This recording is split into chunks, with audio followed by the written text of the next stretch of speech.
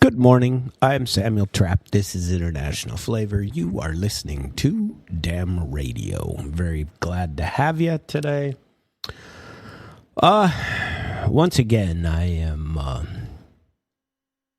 just somewhat stretching around here, finding all kinds of content to discuss and go through and having a very good time. But I have found over the last few days some fakes out there. There's some fakes running around. This is not one, the one I'm going to play you. I've got a cut lined up. It's only 9 minutes long, and it is at the UN a couple of days ago.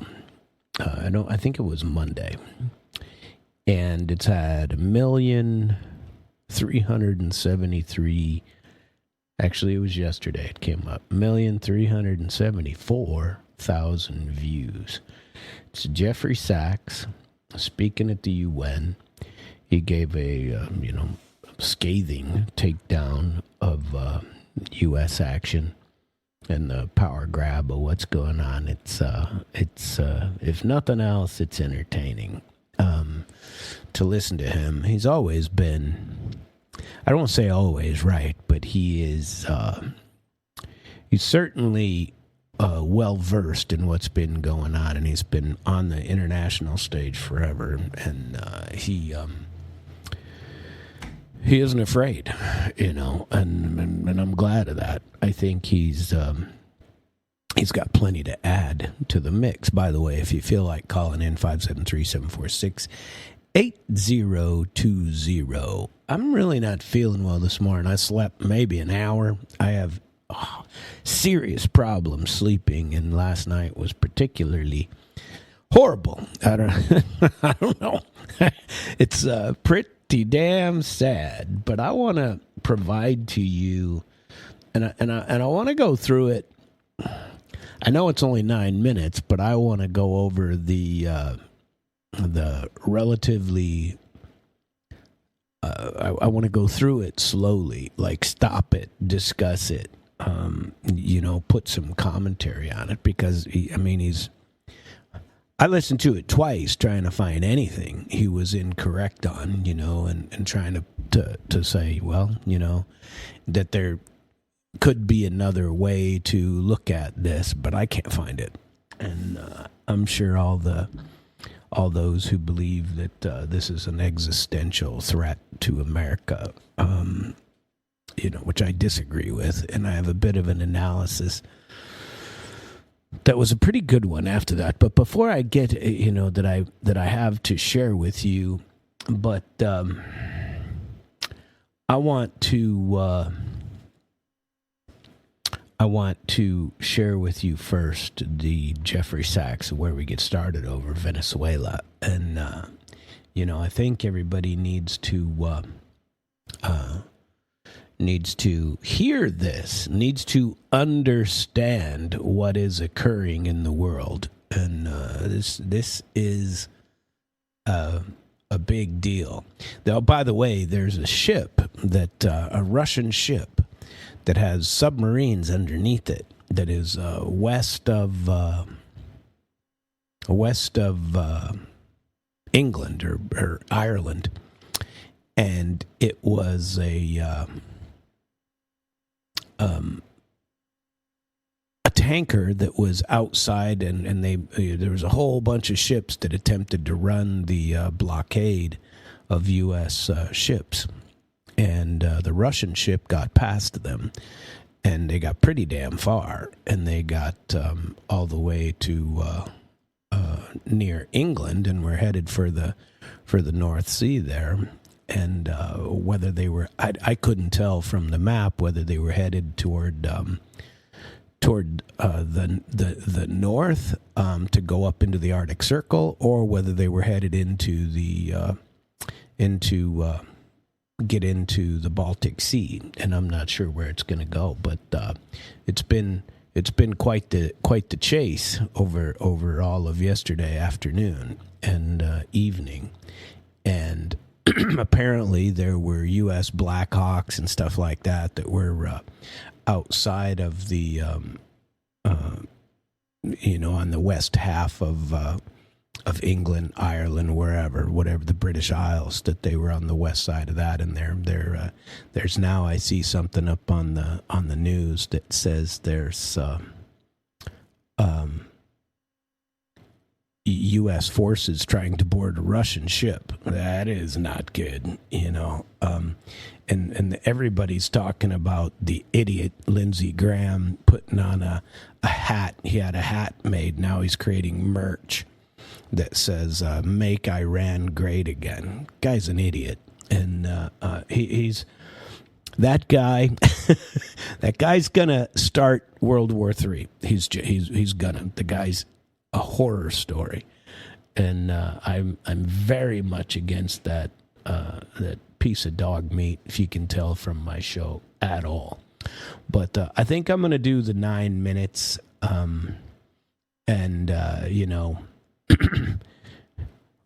wherever Trump is going now, he sure as hell isn't the president of peace any longer. Those days are gone. This guy is fully on board. He didn't get his Nobel Peace Prize, and so all of a sudden, well, we're bombing the shit out of Venezuela. Then we're going. Well, hey, looks like we're going into Iran, and no need for UN Security Council, no need for congressional approval, nothing. You just need Lindsey Graham. It's all you need. And he can, justify anything, call it, I don't know, call it a tea party, call it something entertaining like that. Because, you can't call it a war, because then you would need congressional approval. Well, truthfully, if you're going to follow your treaties that are international in nature, then you really got to pay attention to the Security Council, And the Security Council is where we turn with Mr. Jeffrey Sachs, and he's introduced first by the current president of the UN Security Council. Let's see if I can get this all teed up for us. Here we go. I now give the floor to Mr. Jeffrey Sachs.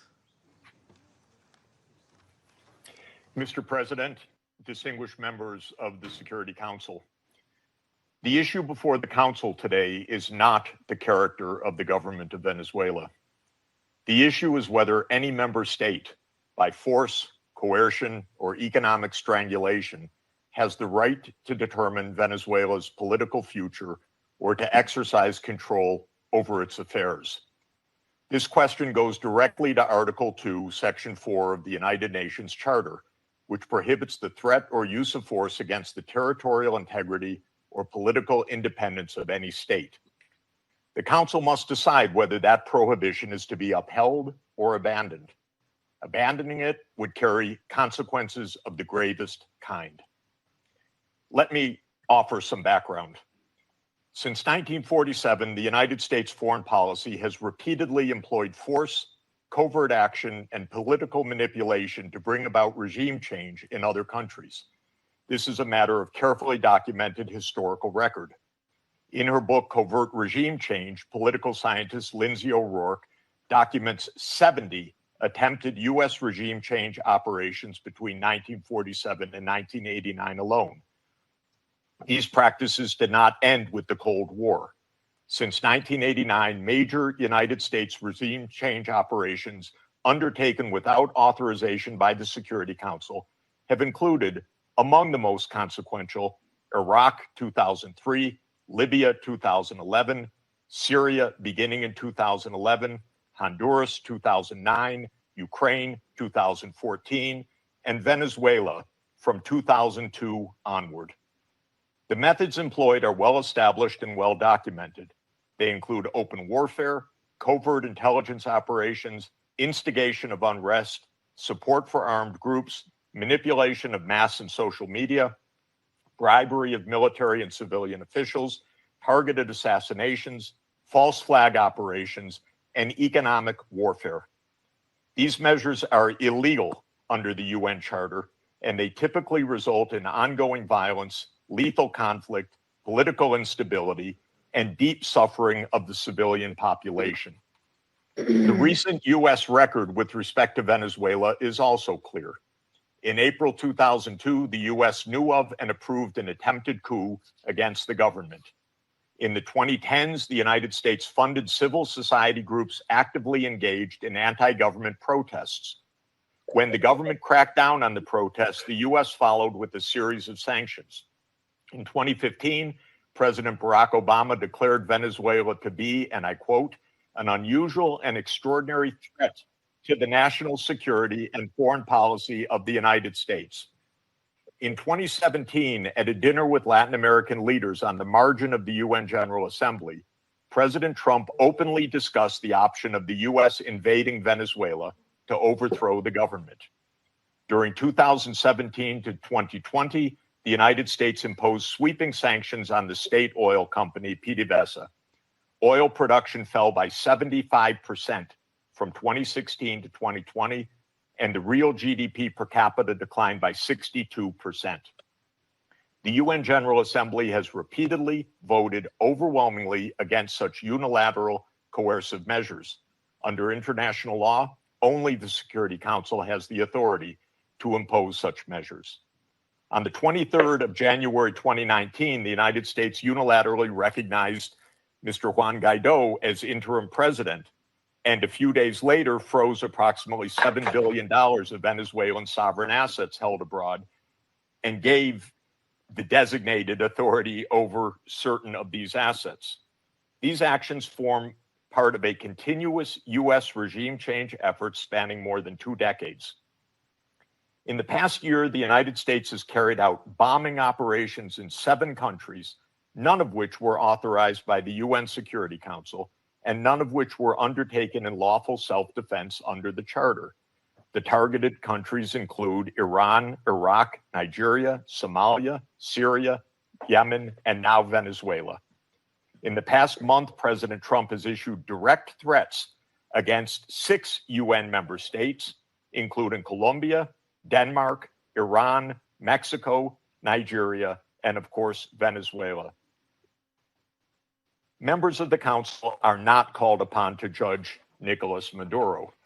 They are not called upon to assess whether the recent U.S. attack and ongoing naval quarantine results in freedom or in subjugation. Members of the Council are called upon to defend international law, and specifically the UN Charter. The realist school of international relations, articulated most brilliantly by John Mearsheimer, accurately describes the condition of international anarchy as the tragedy of great power politics. Realism is therefore a description, not a solution for peace. Its own conclusion is that anarchy leads to tragedy. In the aftermath of World War I, the League of Nations was created to end the tragedy through the application of international law. Yet the world's leading nations failed to defend international law in the 1930s, leading to renewed global war. The United Nations emerged from that catastrophe as humanity's second great effort to place international law above international anarchy.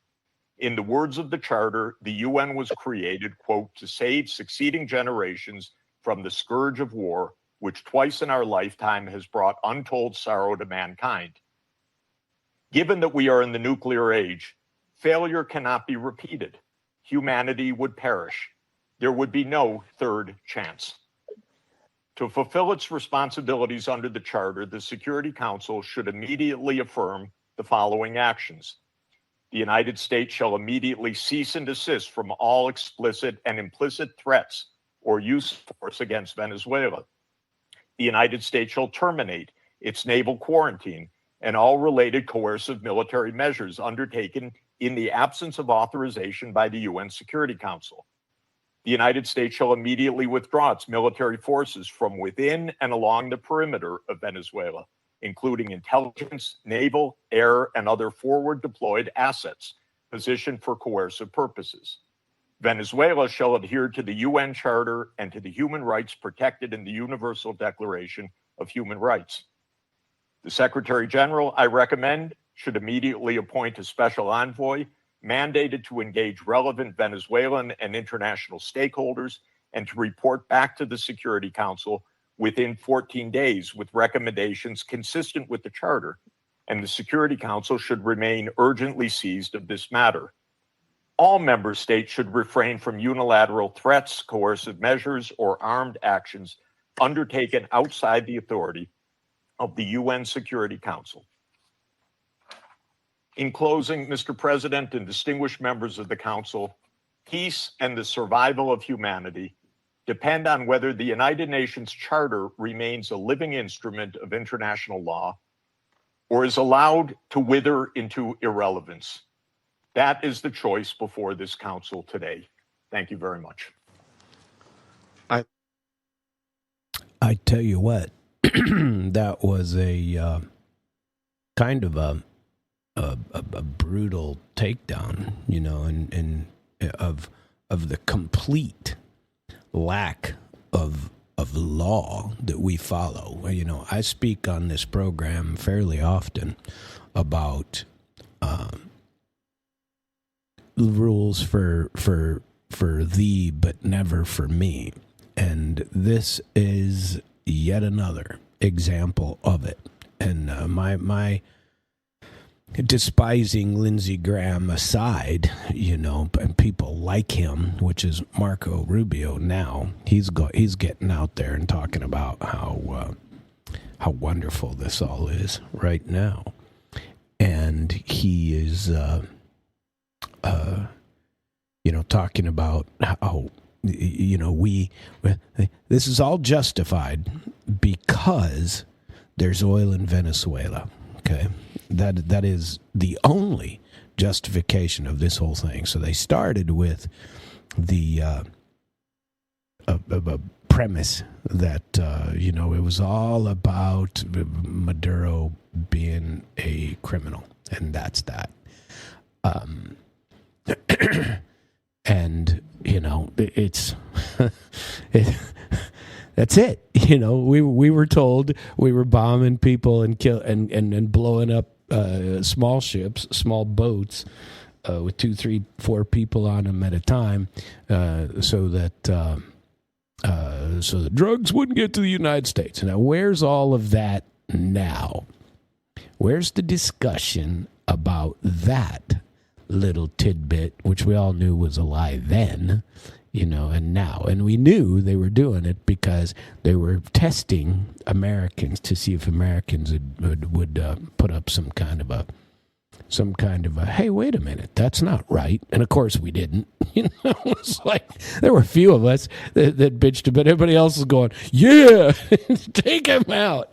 And we're just killing people, you know, we're blowing them up. And I always was saying, I mean, it's only been 2-3 months, but I was always saying, all right, well, if that's the case, why aren't we blowing up the crack house in East St. Louis? Why aren't we blowing up the meth lab and, you know, just blow it up? You know, we don't give a crap, you know, who's on it. We know, if the cops know where they are, that means we just call in the military and blow it up. That replaces law, right? That replaces any sort of civil rights or any sort of thing at all. The law of the sea, that doesn't count anymore. Are you kidding me? We're the biggest, baddest dog around, and we're going to force World War III, or Russia, you're going to stop the boat, you know, the ship that you've got headed around, you know, the North Sea and going into there. But that thing is being tracked by several submarines, Russian nuclear submarines that are around it, is what I have been led to understand and that I have been following. We are pushing the buttons, and there's another sort of way to go. So remember that this there was a fake John Mearsheimer video that I have been trying to dig into, and it was actually rather entertaining because the AI on it was so good that the guy was speaking Russian quite well. And it was an interesting story. The title and what threw me off in the beginning is Mearsheimer, as far as I'm aware, doesn't speak Russian, but maybe he does. I don't know. But it started out, and it was supposed to be an hour and a half long, and it turned out to be 13 minutes. And it was an interesting statement. Now, it is absolutely, from my research, it cannot be attributable to John Mearsheimer, okay? But it's, if you start with combining the facts that were just laid out in the UN by Jeffrey Sachs, and then tie it in to the money that we know Russia and China have put into Venezuela, and you put in the same, you add on for the end of that, the ship cruising up past England right now with the U.S. in hot pursuit. We should be Roscoe P. Coltrane. That is Trump and company. He's Roscoe P. Coltrane, and Lindsey Graham is Boss Hogg. Every day we could have different numbskulls that are running the planet. There's Hazard County. That's where we need to get them Duke boys. We're going to get them Putin boys. And that's what we're after right now, is trying to create World War III. Were any of you paying attention yesterday to the new Coalition of the Willing commentary coming out? And this is, again, everybody knows this is crap. And right now, and that idiot Starmer is he and Macron and Zelensky have met. Now, guess who else is there, though? Jared Kushner. He's there. And now he is he's a businessman. He makes deals. He's not a politician. He creates things. Let me get my glasses because I want to share this with you. Hang on. And I want to share what these nuts are doing now. Let's see. My little iPad is, well, it's a tablet, actually.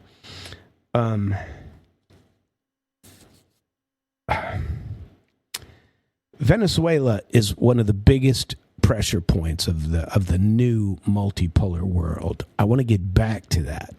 But before I do, I want to talk about this, whether or not that now there's allegedly S-400s that were in, and Trump made some comment about them and how they all failed in Russia.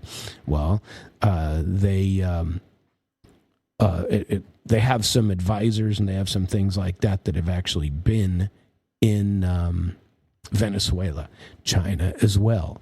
The numbers that China is given is about, they're saying they have invested about $100 million in the last 10 to 15 years inside of Venezuela.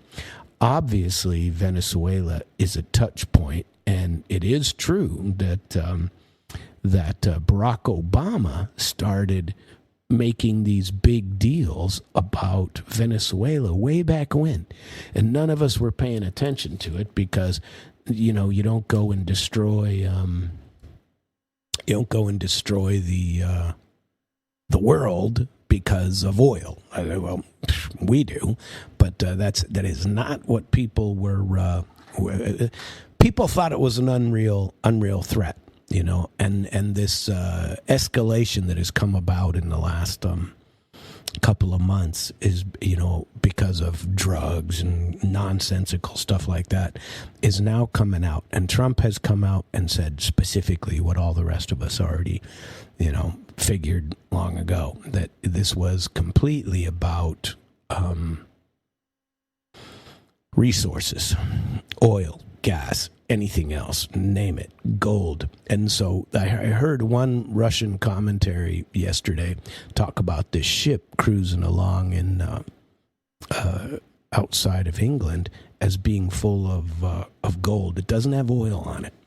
And it's not Venezuelan oil that's under sanctions. And even so, what right do you have anywhere in the world to just stop commercial traffic boats anywhere you want? Right. I am truly against that. And we are now clearly in bully territory. That's, the realism, the great powers, the hate rivals coming near their own borders. Okay. Now, we've done it to Russia by creating things in Ukraine, by regime change right on the border of Russia. And now that it's happening in Venezuela, what are we saying? What are we saying? We're saying the exact same thing that Russia has been saying for years. Well, we jumped straight to 10. Well, that went straight to 10. We're just blowing people up. That's how it goes. We go straight to 10.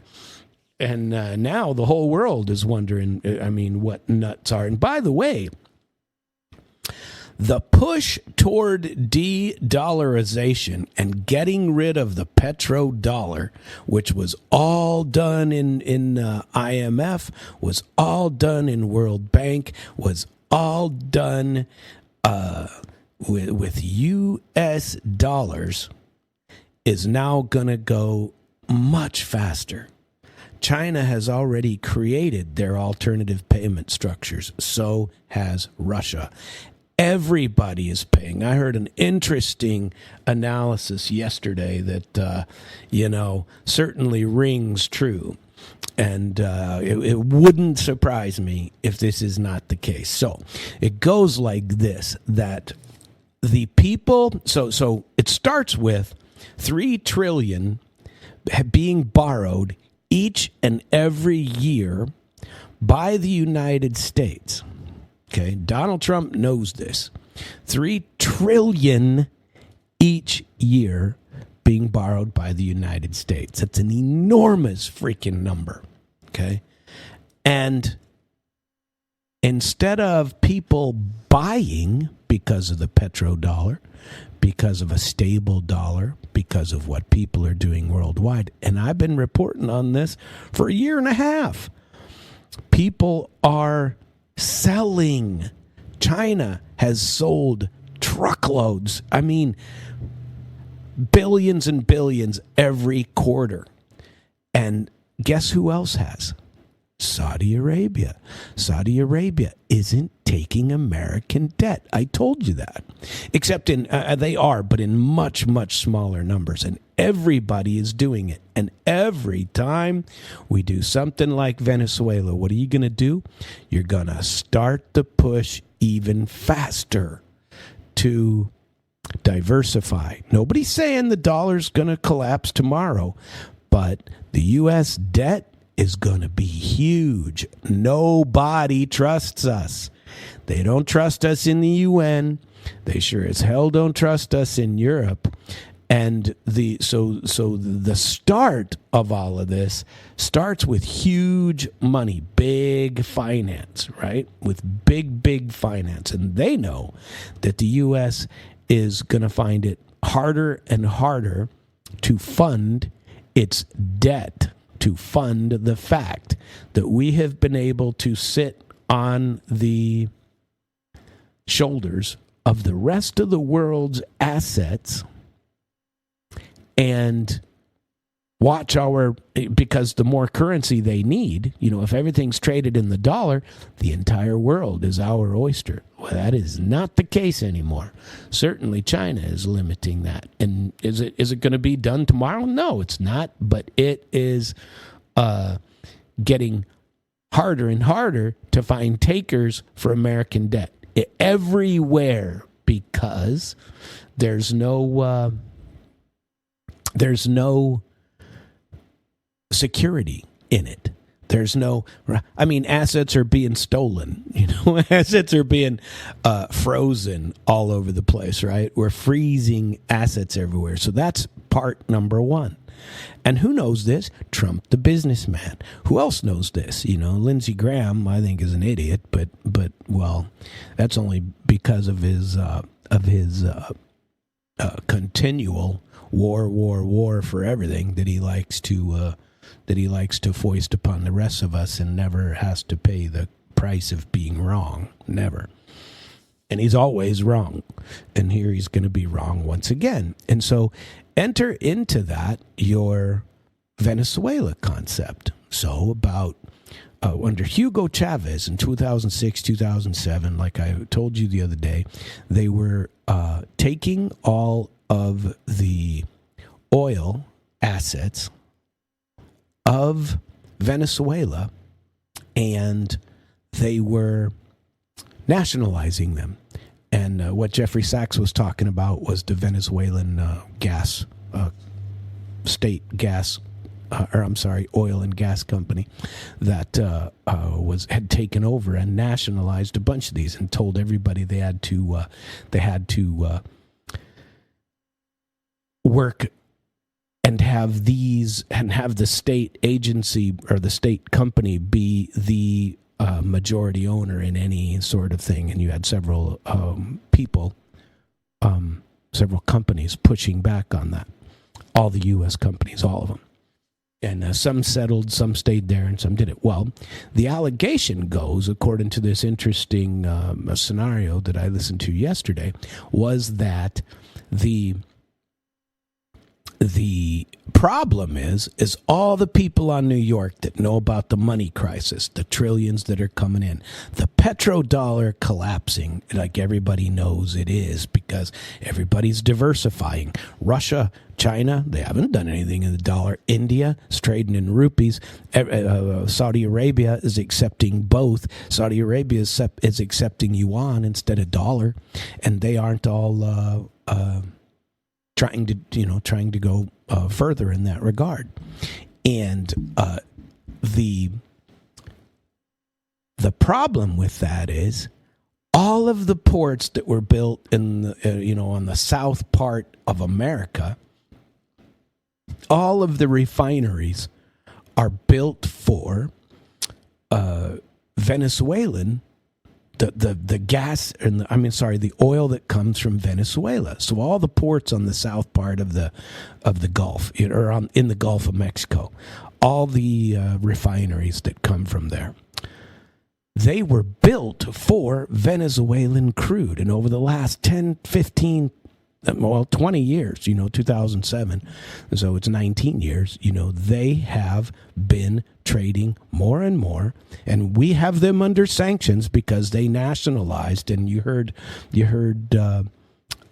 Jeffrey Sachs talk about how they were taking, they were forcing this oil. Well, it's because they know, and let's see. Oh, the news is coming on that says that this tanker has been seized. It's a Venezuela-linked tanker in the Atlantic, in discussing options. And that Trump now just said that Venezuela will turn over 50 million barrels a day or something, 50 million barrels. And the U.S. seized a tanker, allegedly, in the Atlantic, UK and France. Participating or something like that. Well, we'll have to get into that a little bit later. But the concept of taking the oil that Venezuela has, if Venezuela is pushing it all off to Russia and China, which was happening because China's funding the infrastructure, then the crisis reached ahead, and everybody's known about it. And this year it really reached ahead because everybody knows what the stress is of what is going on with the oil markets in the United States and the failure to borrow, and that is what Trump notices. And so the thought process is that now that Trump has come out of the closet, so to speak, and it's clearly not about narco terrorism, there's nothing to do with that. This has to do with controlling resources in Venezuela. And now the U.S. seizing a Venezuela-linked tanker in the Atlantic. I see that they're very careful not to call it a Russian tanker or a Russian piloted tanker. That's kind of interesting. And I've been following that a little bit, but I don't see anything from the opposing part right now. I might have a look at it.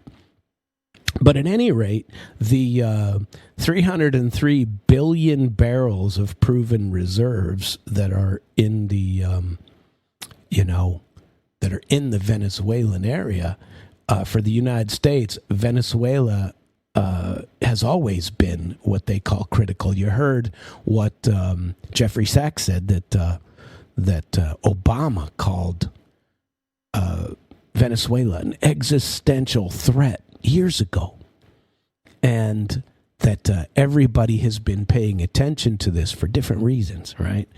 And so this Monroe Doctrine stuff, it's now evolved, and so the military, economic pressure in Venezuela by Russia and by China, more importantly, has now reached a head. And so this is why everything is coming. And you can agree or disagree or whatever. I don't like the methods that we are using, and the fact that we are not following the law, that we don't even make any pretense to follow the law. Nothing. We don't follow the law of the sea. We don't follow the UN Charter. We don't follow our own law on jurisdiction. You go and capture some guy in another country and then bring him in, and then you say, well, now we have jurisdiction because we stole him. And so you have the military go do a military action and bring some guy, and then you take jurisdiction. The judge ought to throw that crap out. That is not how you get jurisdiction. But he won't. He'd be shredded for that at this point. So I don't know. I want to have a quick look at there was an emergency meeting, and it's really the 2.5-3 hours, the emergency meeting of the UN Security Council. Boy, I tell you what, it was worth watching. Let's put it that way. It was definitely worth watching. But I want to go to and see if there's any of the Russian newses. Here it is. They say that U.S. forces attempted to board a Russian oil tanker. The Marinera vessel has been shadowed by a U.S. warship for days. American military forces are attempting to board a Russian-flagged oil tanker in the North Atlantic. Photos from the vessel show. Citing American officials, Reuters also reports that the U.S. Coast Guard and military have begun an operation to seize the vessel. This tanker, previously named the Bella One, was approaching Venezuela before the new year when the U.S. Coast Guard tried to detain it in the Caribbean Sea. The crew declined to let American officers aboard and changed course, heading toward the Atlantic. The tanker has been followed by a U.S. warship and aircraft from NATO countries ever since. The photos from the Marinera capture a military helicopter trying to land aboard the vessel, which Washington claims is involved in transporting oil from Iran and Venezuela in violation of American sanctions. By the way, this isn't how you deal with American sanctions under the law of the sea. And that ain't me saying it. It's the law of the sea. Footage published earlier shows a Russian-flagged tanker. Let's see, there's a video of it too. On Tuesday, the Russian ministry expressed concern over the abnormal situation surrounding the Marinera, and for reasons unknown, the Russian vessel is getting excessive attention from the U.S. and NATO military, disproportionate to its peaceful status, said a ministry representative. The attempted seizure comes just days after the U.S. conducted a military raid and blah, blah, blah. Venezuela. So we'll be watching that, and let's see. I tell you what, this. I wanted to get to this nonsensical, and I'm having trouble with my my glasses. I wanted to talk about this coalition of the willing, and Keir Starmer, the genius. You should hear that guy. And you know what I'm going to do, though? I think I'm going to play the beginning, if I can find this video in my history of Alex Christoforou while I find this, because this needs to be watched. The trouble is my history was rather lengthy, because I was watching a little bit of television shows, and excuse me, I want to get to Alex, but I can't find him. Here we go. No, that's in Russian, though. I need to find it in English. Anyway, I got to get better about finding these in the beginning. And there's a guy named, who's this guy? There was another guy that I wanted to share that blasted Trump too on the floor of the Senate. Let's see here. Thomas Massie, Republican from Kentucky. Let's see if we can follow him for just a minute, okay? See what he has to say, because he was House representative, and here is what he had to say. It's only 4 minutes long, so we'll start with that. Previous presidents told us to go to war over WMDs, weapons of mass destruction, that did not exist. Now it's the same playbook, except we're told that drugs are the WMDs. This is about oil and regime change. Mr. Speaker, James Madison warned us that in no part of the Constitution is more wisdom to be found than in the clause which confides the question of war and peace to the legislature and not the executive. Madison called it the crown jewel of Congress. The framers understood a simple truth. To the extent that war-making power devolves to one person, liberty dissolves. If the president believes military action against Venezuela is justified and needed, he should make the case, and Congress should vote before American lives and treasure are spent on regime change in South America. Let's be honest about likely outcomes. Do we truly believe that Nicolas Maduro will be replaced by a modern-day George Washington? How did that work out in Cuba, Libya, Iraq, or Syria? Previous presidents told us to go to war over WMDs, weapons of mass destruction, that did not exist. Now it's the same playbook, except we're told that drugs are the WMDs. If it were about drugs, we'd bomb Mexico or China or Colombia, and the president would not have pardoned Juan Orlando Hernandez. This is about oil and regime change. And when it comes to regime change, we've already been down this road with Venezuela with nothing to show for it. In 2019, we recognized Juan Guaido. We seized their embassy here in D.C. We were told that regime change was imminent. Years later, Maduro remains in power. Today, we're told to place our hopes in other exiled figures. Edmundo Gonzalez and Maria Corina Machado. I wish them well, I do. But Congress should not express moral sympathy in the form of a blank check for military escalation and American lives. And let's take a moment to acknowledge the contradiction at the heart of this policy. This administration tells us that the Maduro regime is made up of narco-terrorists, and by escalating toward war, we would predictably create countless refugees. At the same time, this administration has moved to end temporary protected status for hundreds of thousands of Venezuelans and deports them back to the very regime it condemns. So which is it? Are we prepared to receive swarms of the 25 million Venezuelans who will likely become refugees and billions in American treasure that will be used to destroy and inevitably rebuild that nation? Do we want a miniature Afghanistan in the Western Hemisphere? If that cost is acceptable to this Congress, then we should vote on it as a voice of the people. and in accordance with our Constitution. And yet today, here we aren't even voting on whether to declare war or authorize the use of military force. All we're voting on is a war powers resolution that strengthens the fabric of our republic by reasserting the plain and simple language in the Constitution that Congress must decide questions of war. I urge support for this resolution, and I yield back. Gentleman, time had expired. Yes. How do you like that nonsense? Now, that was before the takeover, the I'm in charge moment that came up. So I told you before that I was reviewing the Mearsheimer, and there appeared to be a fake one circulating around,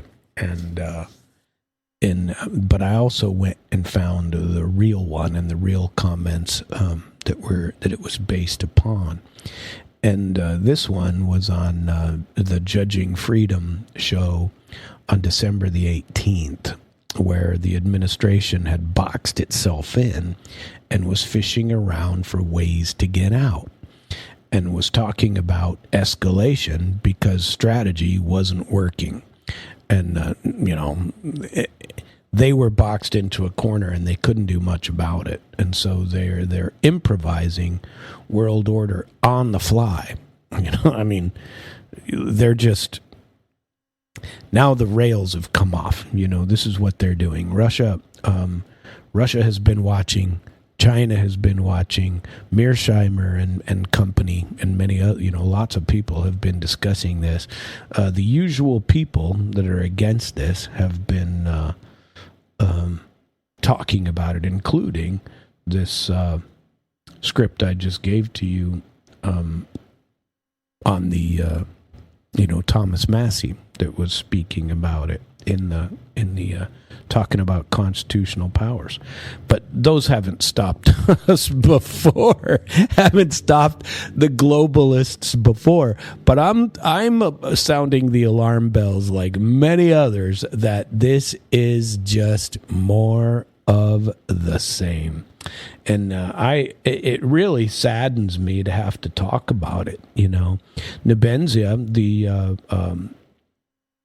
representative of Russia to the UN, the ambassador to the UN, Nebenzia, he spoke about this, and he said that this is banditry.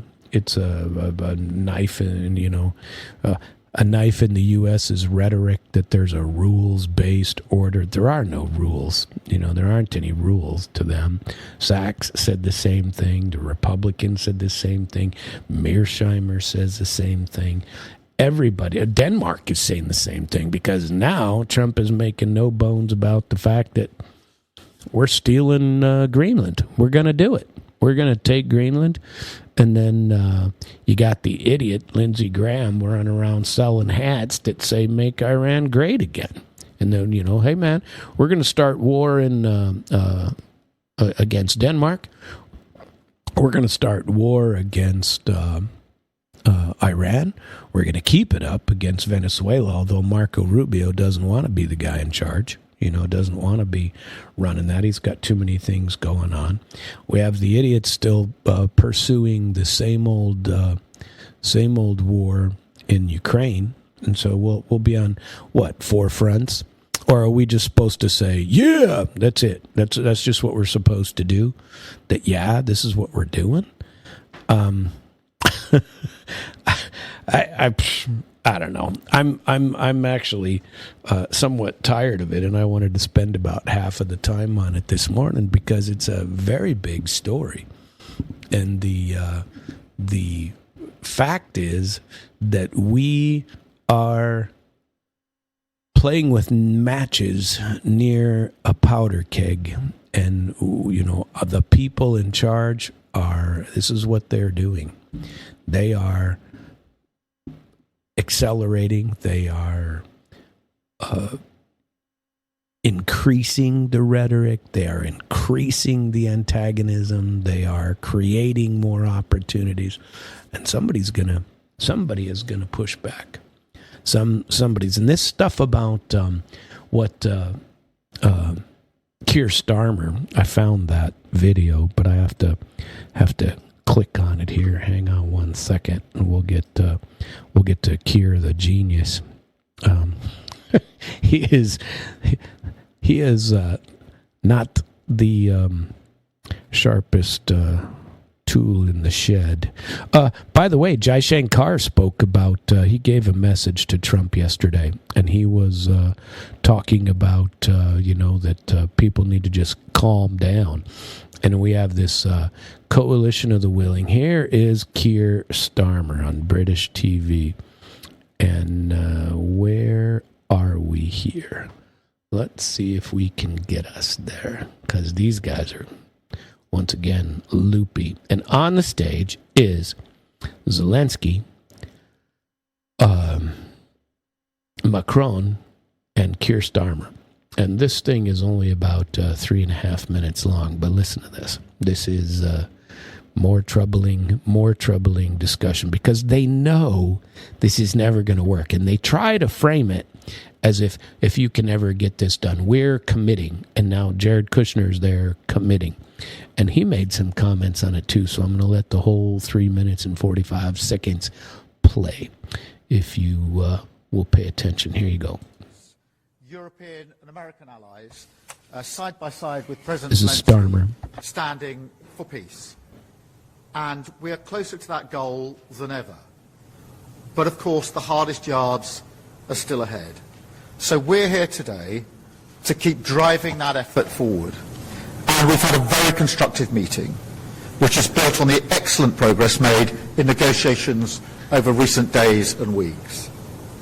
The purpose of the coalition of the willing is to help deliver a peace that can last, and to work with the US to guarantee Ukraine's security for the long term. This work is now more advanced than ever.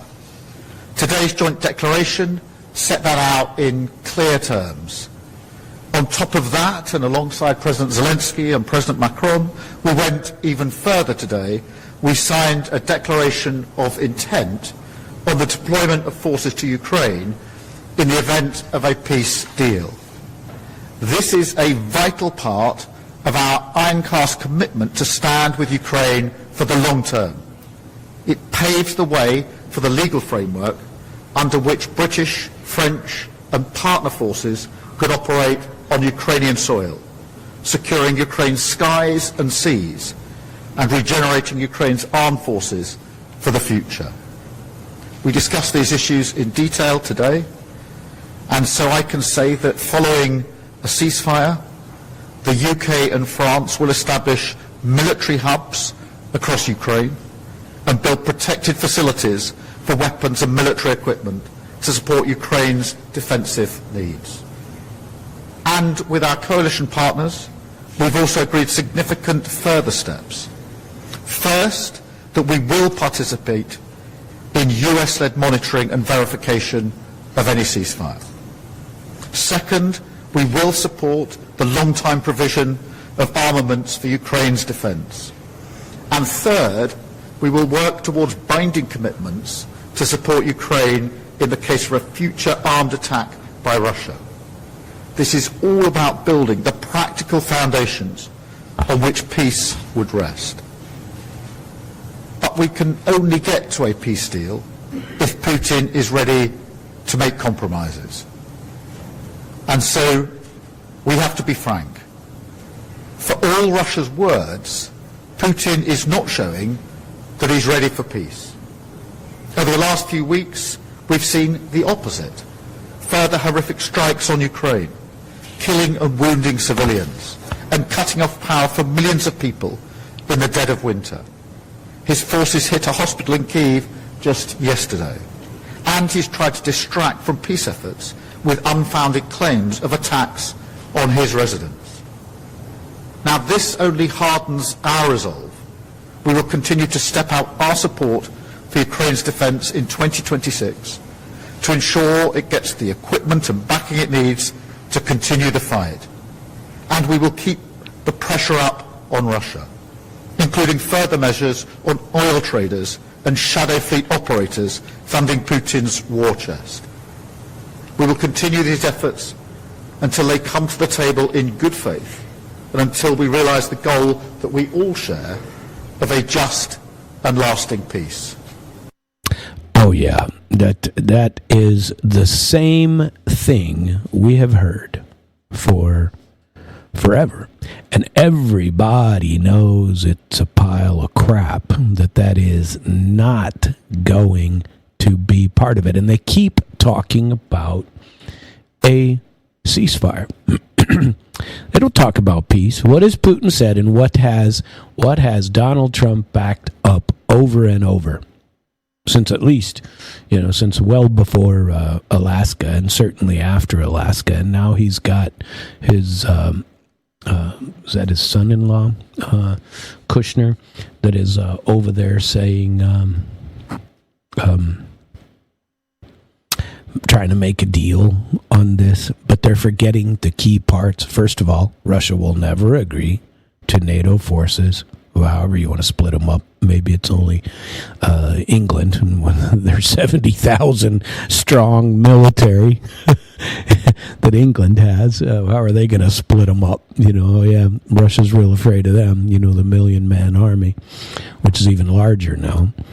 And Ukraine has been decimated, and they don't have any people left. They can't field an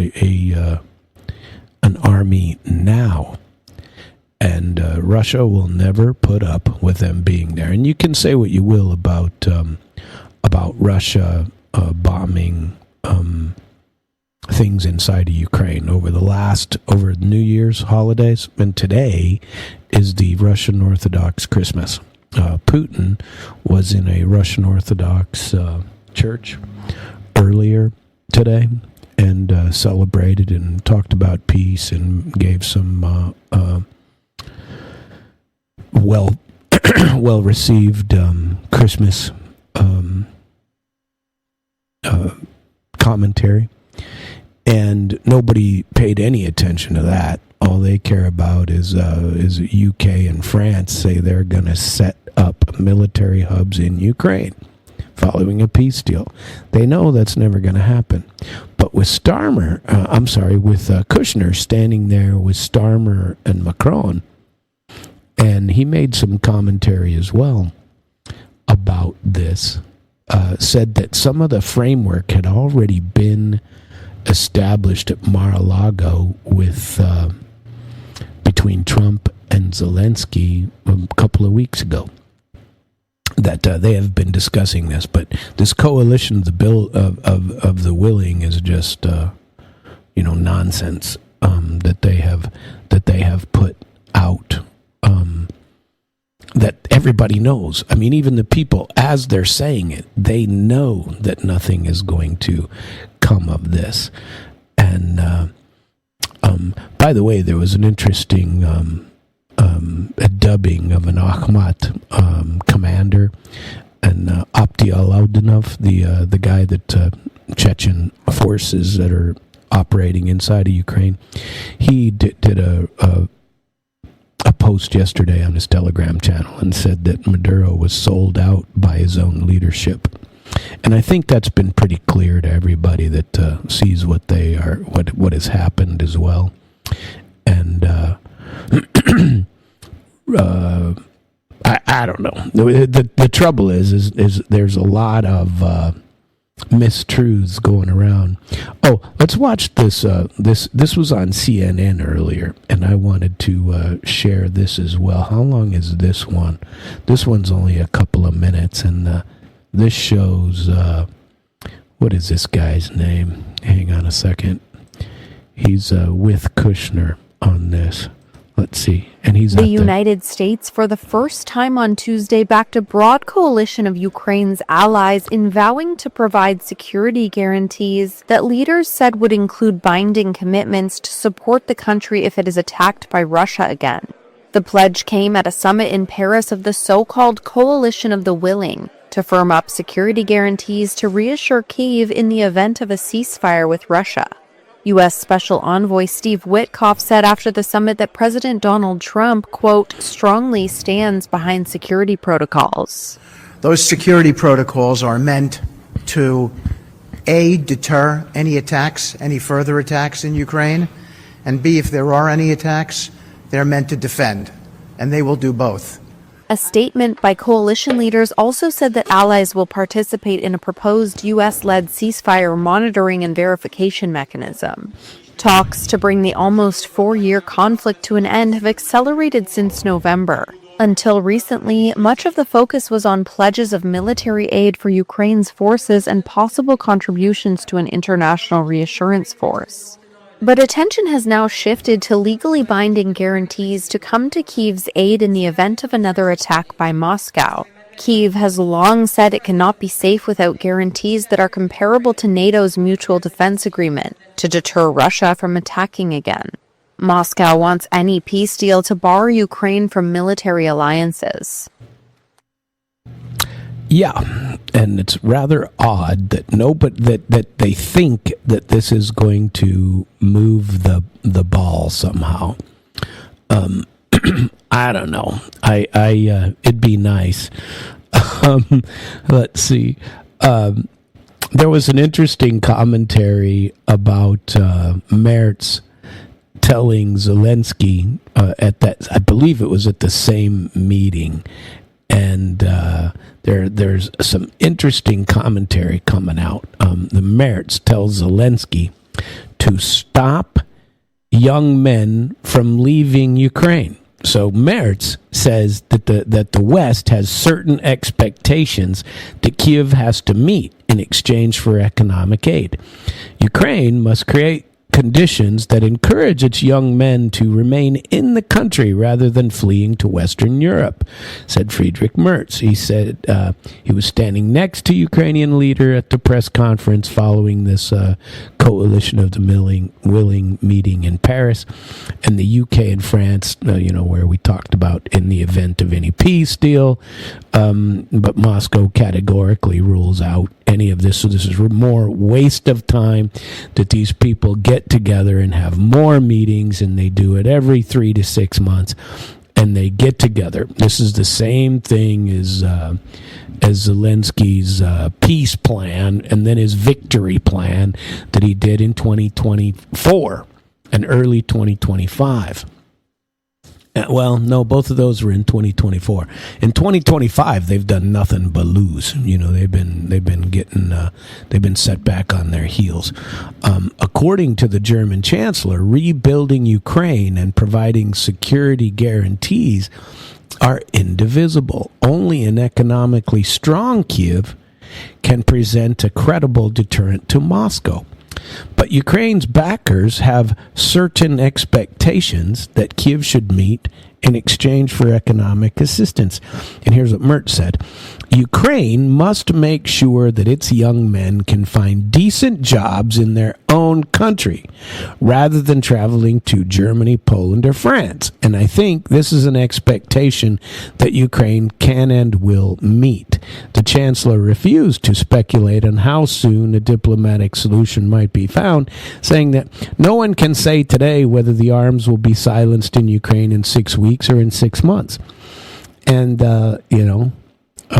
Kyiv's recruitment drive is increasingly brutal, with manpower shortages, with heavy losses at the front, large-scale draft dodging, they're up to, and desertion, up to 400,000 is what the estimates are. 400,000 have draft dodging or desertion. Hundreds of cases are documented where enlistment officers are violently snatching people from the streets. And last month, Maria Zakharova, the Russian Foreign Ministry spokesman, said that authorities in Kyiv have told draft officials to tighten the screws to the max to get as many as 2 million new troops by early 2026. And, that's not going to happen. Let's see. There's more news on this.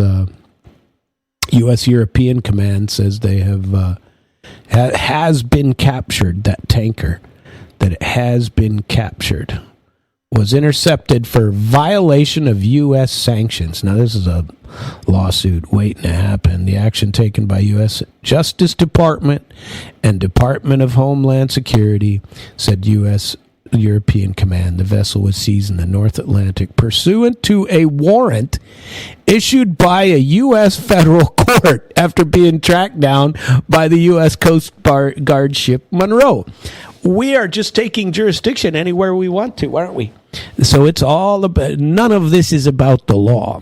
And, we have become lawless. There is no law. We don't have to follow it. We just refuse.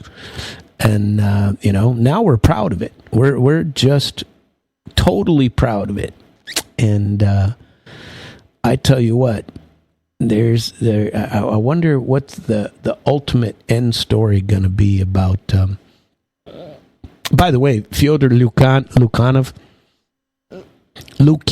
editor-in-chief of Russia and Global Affairs, and he's chairman of the Presidium on Council of Foreign and Defense Policy, and he is a research director for the Valdai International Discussion Club, the one where Putin speaks every year. And he says, in a world where wars solve nothing, Trump's brand of pressure politics may be the closest thing to modern peace. And this was an interesting article that I wanted to share with you. If there were an award for the most unfulfilled personal wish of the year, Donald Trump is the runaway winner. His desire to receive the Nobel Peace Prize has been so overt and his actions so clearly aligned with that goal that the disappointment of his is palpable. 8 wars, by his own count, were stopped. The 9th, supposedly in the works, all in less than a year. Has there ever been anything like it in history? Exactly. And still no prize for him. Damn liberals. Trump's vanity is an easy target for irony, but in fairness, one point deserves acknowledgement. Thanks to this politician, the notion that war is abnormal, unnecessary even, has been a constantly present discussion in public discourse. Why he personally needs this is beside the point, even given the fact that while rejecting full-scale war, Trump is more than comfortable showing force, muscle flexing, and selective application. The mass casualties and destruction inherent in traditional warfare strike a New York real estate developer as pointless. There are other ways to compete and to coerce counterparts into agreement. Yes, they are often blunt, inelegant, and abrasive, but they are far less traumatic for states and societies. And that alone makes them preferable. Everything is relative, after all. Even the brazen operation to seize Venezuela's president,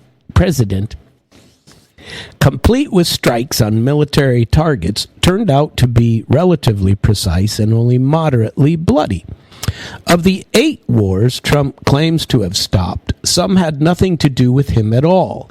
The spring clash between India and Pakistan, for instance, or the oddly tacked-on case of Egypt and Ethiopia, while others, predictably, did not end after Washington proclaimed yet another lasting peace. Trump does not resolve the underlying cause of conflict. They simply do not interest him. What he does try to do, sometimes successfully, is to contain their most violent manifestations. Why does this matter? A couple of decades ago, military force was written off as an anachronism. The assumption was that in a globalized world, normal states no longer rely on such primitive tools, and yet force has returned to the center stage in international affairs. The illusions of the turn of the century, sincere for some, performative for others, have dissipated. Countries have once again turned to the most familiar method. All the more so because not everyone disarmed even during the era when international relations were supposedly being economized. And with the decline of the liberal world order, many states exhaled in relief. Doing things the old way is simply clearer. Meanwhile, the fear of a war that could be final and all-destroying has noticeably faded over the years of globalization. But the idea that this means a simplification of international interaction is an illusion. War itself has changed, and past experience with armed conflict applies only in limited ways to today's realities. The most brutal and destructive elements remain direct military confrontation between armies, often fought in cities, but is far from the only component, and not only the most important one. The term hybrid war, commonly used to describe modern conflicts, is vague and imprecise, but in the absence of a better concept, it'll have to do.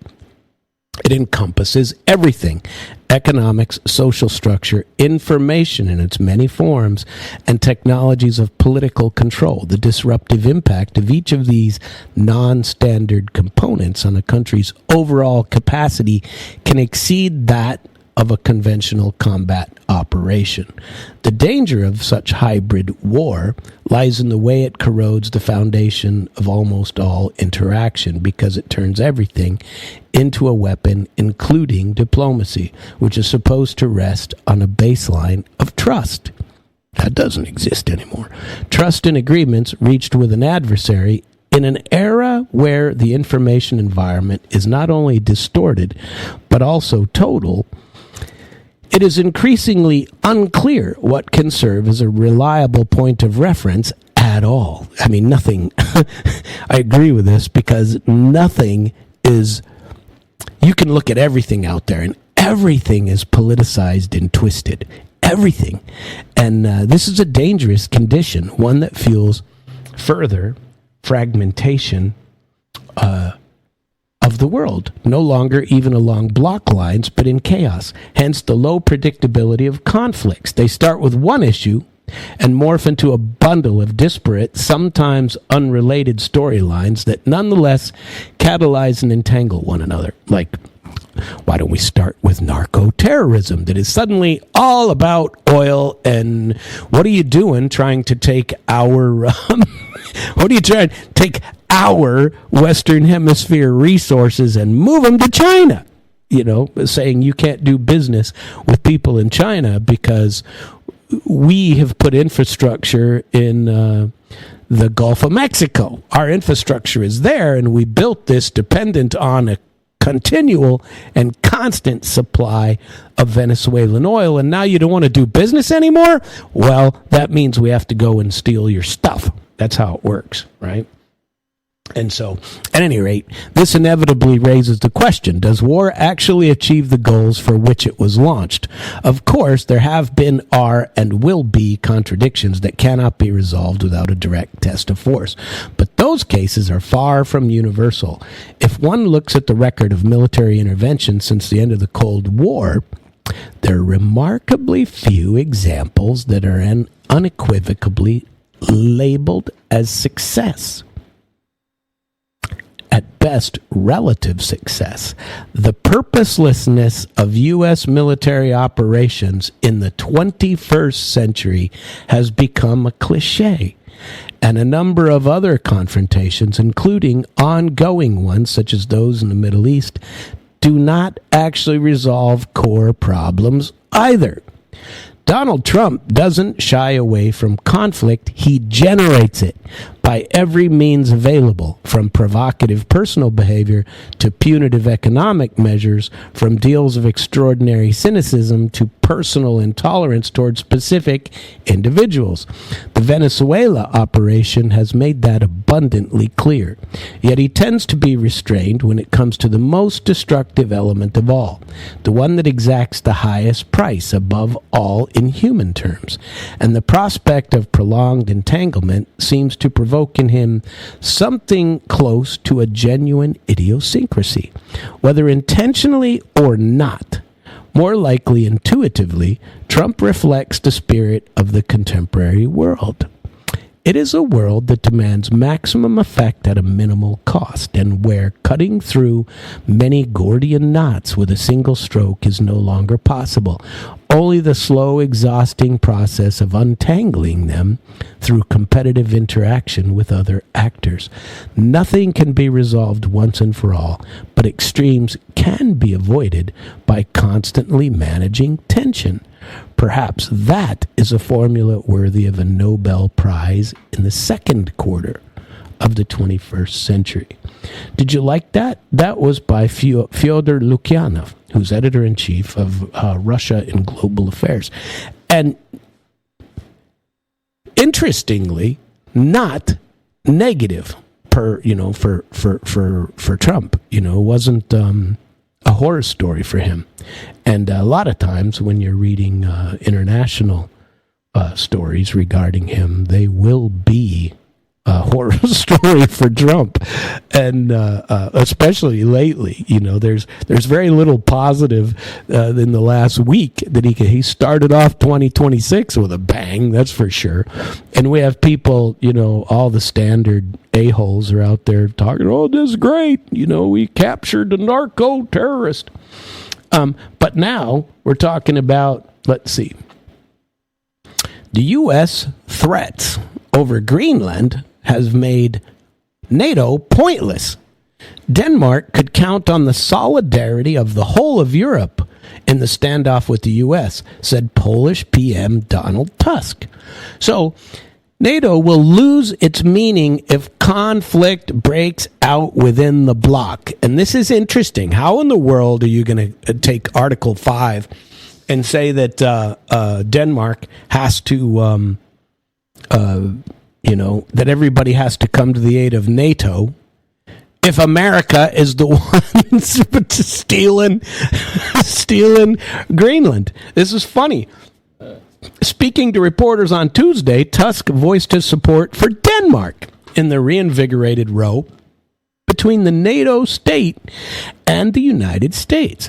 Washington has reiterated its aspiration to get the island under its control, citing its own national security interests and the need to protect the Arctic.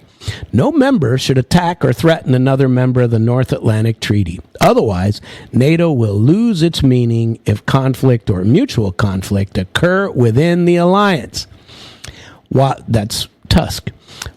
Tusk, if you want to put the udarenia, the stress in the right spot, or the say it properly. While Denmark could count on the solidarity of the whole of Europe, the bloc's members must ensure that transatlantic ties, which are the foundation of NATO and our security, do not suffer in the coming days and months, he said. These remarks come as Poland, with Denmark, the UK, France, Germany, Italy, Spain, made a joint statement on the Greenland issue. The group argues that security in the Arctic must be achieved collectively by NATO and recognizes the U.S. as an essential partner in this endeavor. Greenland belongs to its people. It is for Denmark and Greenland, and them only, to decide on matters concerning Denmark and Greenland. The statement reads, you want to talk about a moron, I'll share that with you here in a minute. This guy's nuts. And did you watch him? He was being interviewed. Well, I haven't even told you who it is. Let me finish this article first. In the aftermath of the operation to kidnap Venezuelan President Maduro, the U.S. again declared its aim to seize Greenland from Denmark.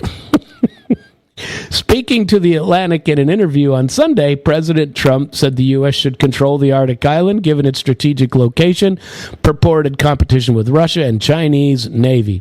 We do need Greenland, absolutely, Trump stated. Both Danish and Greenland authorities have rejected Washington's renewed claim to the island. Danish Prime Minister Mette Frederiksen urged the U.S. to stop threatening its historically close ally, warning the potential attack on her country would effectively end NATO. Greenlandic Prime Minister James Frederick Nielsen slammed Trump's superpower rhetoric as unacceptable and insulting. No more fantasies of annexation, he wrote on Facebook on Monday.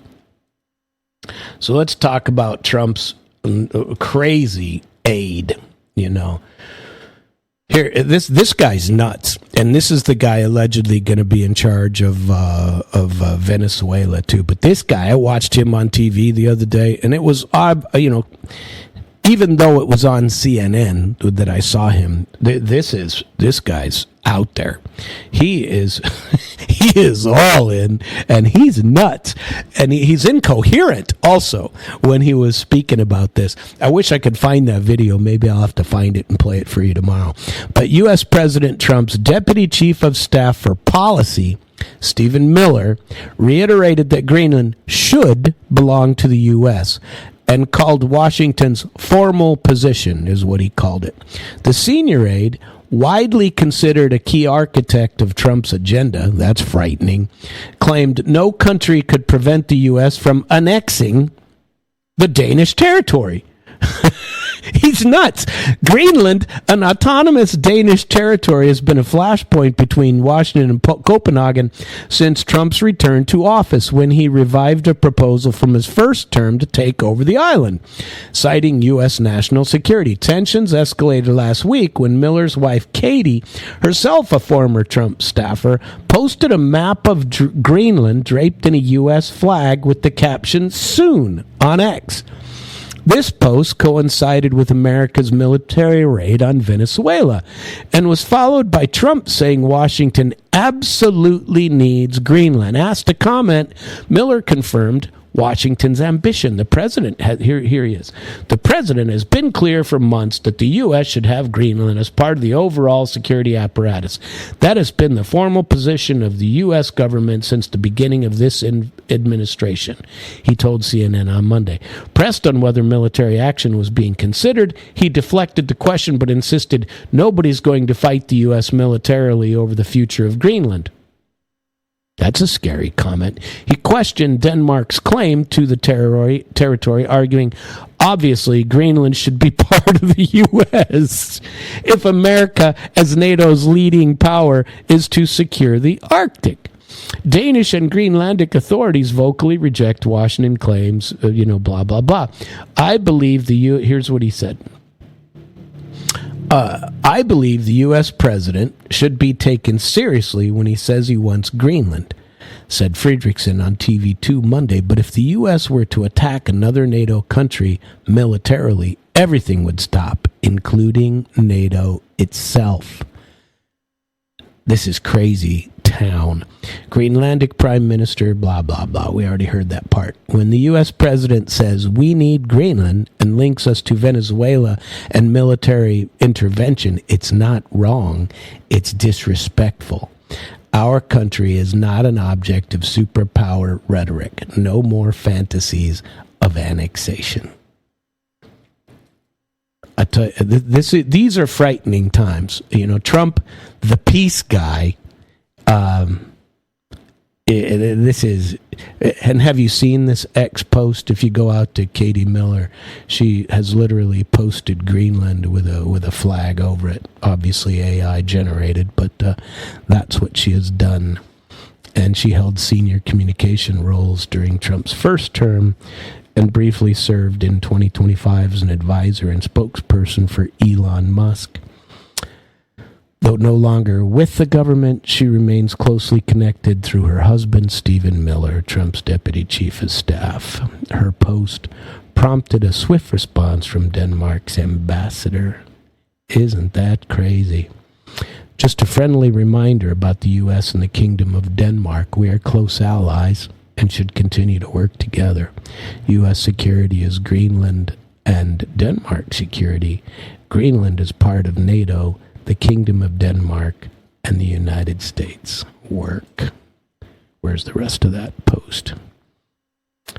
Together to ensure security in the Atlantic. The Kingdom of Denmark has significantly boosted its Arctic security efforts. In 2025 alone, we committed 13.7 billion to be used in the Arctic and North Atlantic because we take our joint security seriously. And yes, we expect full respect for the territorial integrity of the Kingdom of Denmark. I'll tell you what, Trump is frightening me. And that idiot, I shouldn't call him an idiot, but Lindsey Graham and his Make Iran Great Again. I don't understand why so many people are so into war all of a sudden. And it seems like, we have so many people out there just going, yeah, this is great, let's go to war. And they're not the ones going to war, And, okay, why do you have an army if you're not going to use it to go to war? Maybe nonsensical. I don't know. It's did you hear about the Canadian that Zelensky appointed to run his economics deal? She's the Nazi collaborator. She's a descendant of she's not a Nazi collaborator. Her ancestor was. Chrystia Freeland is confirmed taking up an unpaid economic advisor role in Kiev. This is interesting. She will be stepping aside from her role as a prime minister's special representative for reconstruction of Ukraine, and in the coming weeks, I will also leave my seat in Parliament, she said on Monday. One of the most prominent figures in Canadian politics, Freeland has held ministerial positions in international trade, foreign affairs, and finance. In September, she resigned as a Minister of Transport to become Ottawa's special representative for reconstruction of Ukraine. She said as a controversial family history. Archived evidence and research show her maternal father was editor-in-chief Ukrainian-language newspaper in occupied Poland and Austria that published Nazi propaganda during World War II. Freeland has long rejected knowledge of these facts and claimed that they are Russian disinformation. But she's the granddaughter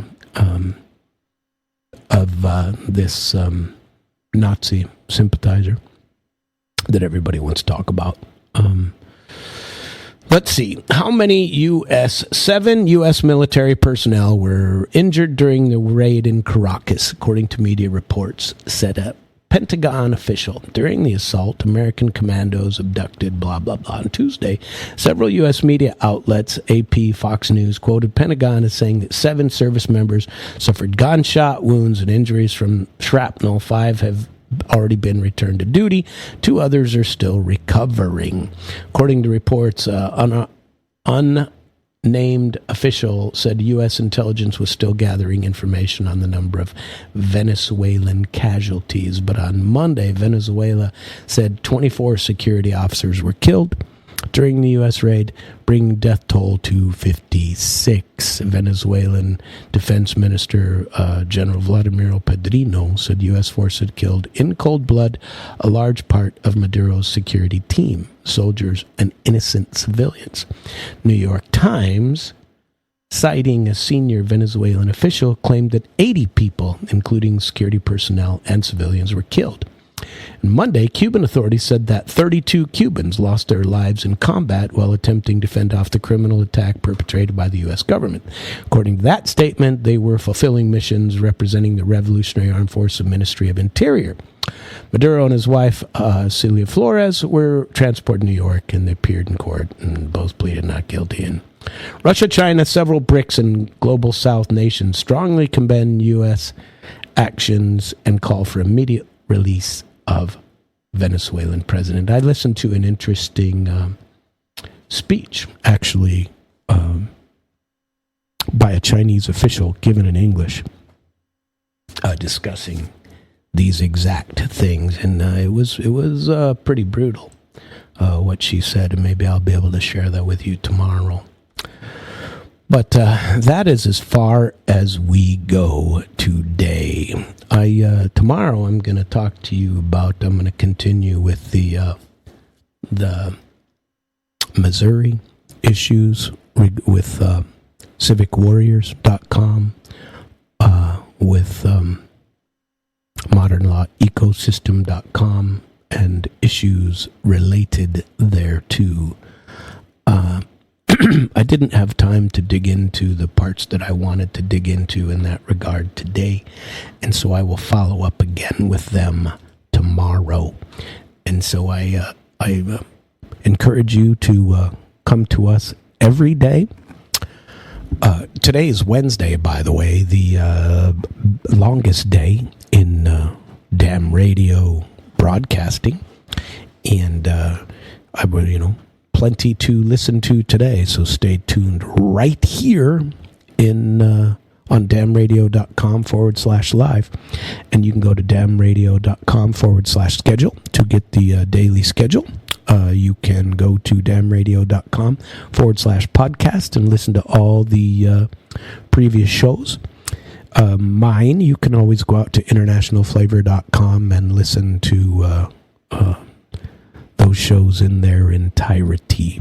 I appreciate y'all being here, and coming up is the damn swag, and we're going to start it for you even now. Have a very nice day.